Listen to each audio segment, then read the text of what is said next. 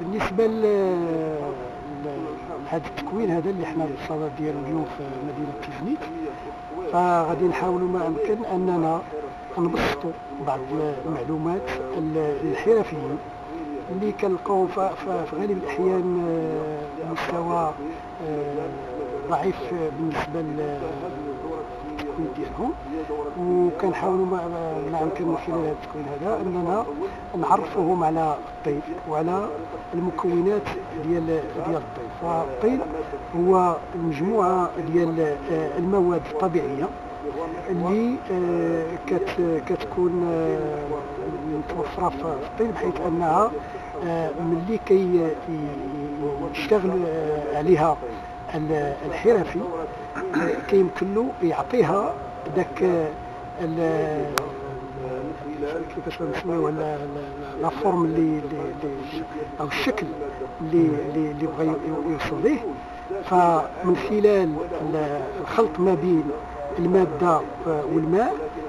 كتكون هذه الماده هذه عندها واحد النوع من الليونه اللي كتسهل له انه يشتغل عليها. التبسيط بالنسبه لهاد الحرفيين هو ان كنشرحوا لهم بان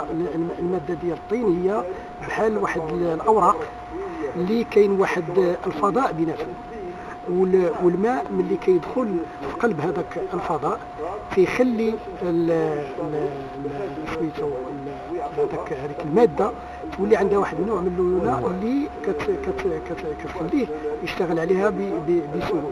ومن طبيعه الحال من بعد كندوزو المساله ديال الطهي والتقنيات ديال الطهي والدور ديال الحراره بالنسبه للطهي، باش ما طلعت الحراره باش ما كيكون الطهي زعما مهم، تكون بالنسبه للمنتوج كيكون عنده واحد الجوده عاليه. وفي اغلبيه الوقت الا كان الطين تنقى مزيان ما كانش فيه شوائب وتخدم مزيان كيكون المنتوج عنده واحد الجوده اللي كتكون نسبيا مقبوله.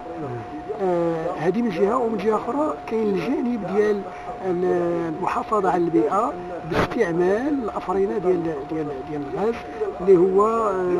جانب من التكوين اللي غادي يشوفوه الحرفيين ديال المنطقه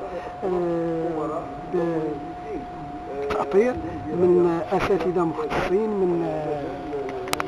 المدرسه المحمديه.